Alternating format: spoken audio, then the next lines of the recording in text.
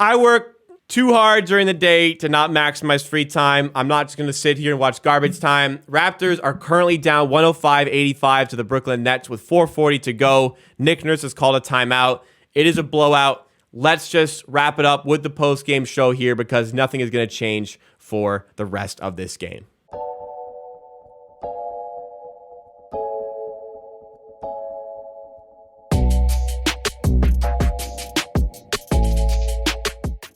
So the Raptors, they came into this one as very marginal underdogs here. Brooklyn were -2.5, -3 favorites here. And I thought that was a little bit strange given the sheer amount of players out for the Raptors tonight. Siakam out. VanVleet out. Barnes out. And those are your three main ball handlers. If one is injured, the other two take a higher load. All three out. So your fourth choice ball handler would be Delano Banton, also out. Otto Porter Jr. also out for this one. We knew it was going to be tough.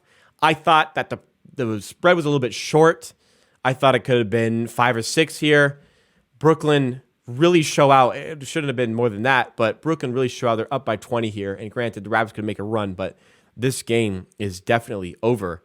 We knew they'd struggle offensively without any shot creators, really. They did. Oh boy, did they struggle offensively, and we're going to get into that.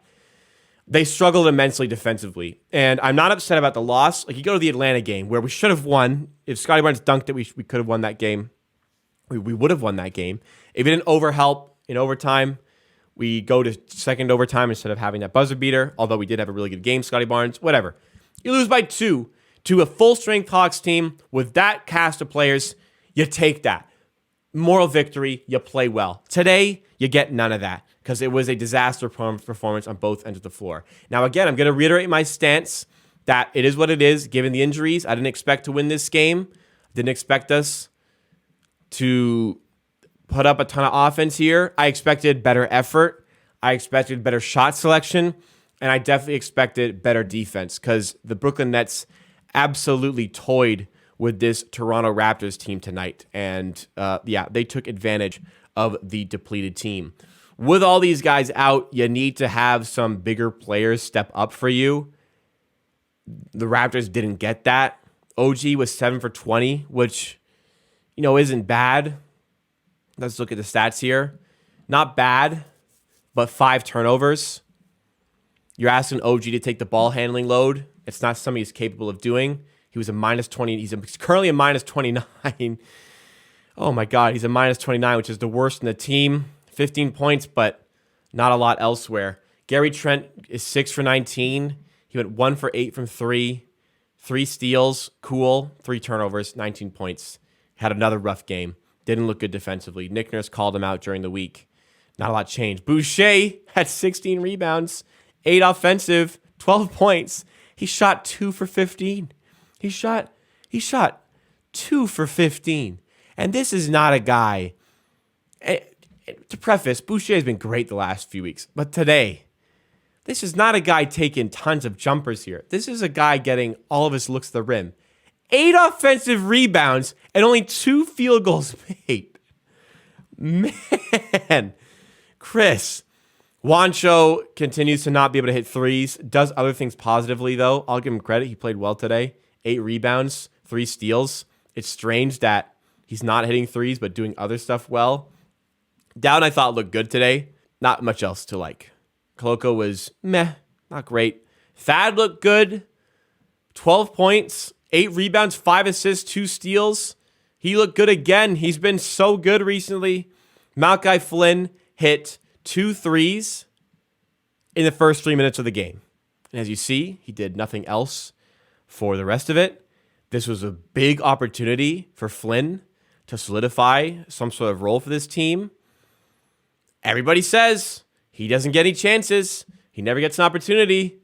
Well, today, our best 4 ball handlers were missing from this game. Number 5, Malachi Flynn, and he does nothing all game after the first 3 minutes.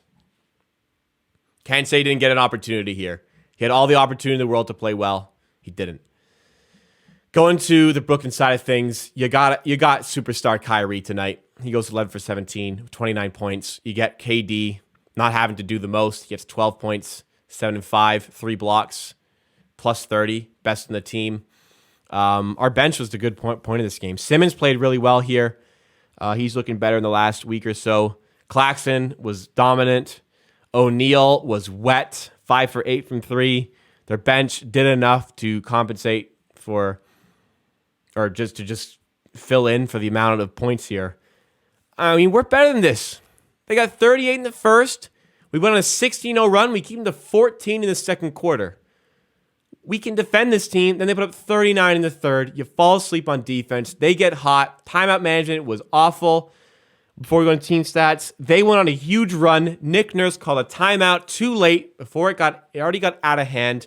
And then they got one make after the timeout, and he called another timeout, which means he couldn't stop the run that continued with another timeout because he couldn't burn another timeout. The timeout management, again, poor from Nick Nurse. Team stats. They're going to shoot mid-50s plus and high 40s from 3. We're going to shoot 36-24 in that range. They only get 7 free throws to our 23. We shoot way, way more than them. We out-rebound them somehow. We force way more turnovers and still get absolutely blown out here. Just ridiculous. Just ridiculous. Just that's bad.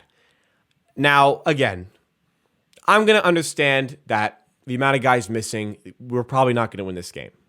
No problem there. No problem there losing to a almost full strength Brooklyn team given the injuries. My problem is the manner of this defeat. This is a really, really bad performance. We are missing guys, but the players that were here available to play today are better than this performance suggested, especially considering the fact we got a ton of rest having played last on Saturday. They played last night, and they looked like they wanted it more. They looked like they hustled more. They would get like transition easy twos off of our makes, like not even our misses, off of our makes. They would push the ball and get easy twos. So tons and tons of things went wrong for this team, and we need guys back. Now, season as a whole, we're 9-9 now. Considering having missed Siakam for most of the season, dealing with Barnes injuries, VanVleet injuries, Trent injuries, everybody injured at one point or other. 9-9 is not bad. 9-9 is not bad. It's not where this team wants to be, but 9-9 is not bad considering the circumstances. But performances like this are really inexcusable regardless of the players that are missing, which is very, very unfortunate. Also against Brooklyn, they're now 9-10. We moved to 9-9. We have a difficult stretch of games coming up. Fortunately, it's Wednesday. The next game is on Saturday. You have 2 full nights off.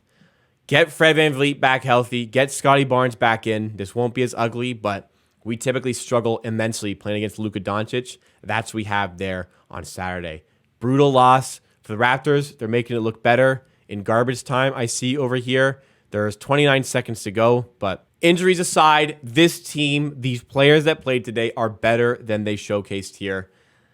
Let's rebound well for the Saturday game against the Mavericks. This game was frustrating and a little bit depressing, to say the least, coming back from vacation to this. So that's it. Thank you so much for tuning in, guys. Make sure to drop a like if you did enjoy, and make sure you are subscribed for more content from the Amateur Production Network. Raptors content all the time. Remember, I have 4 channels. Amateur Sports, main channel for Raptors content. Amateur TV, second channel for Raptors content. Amateur Clips, the best highlights from our streams. And Amateur Bets, educational betting content about the NBA.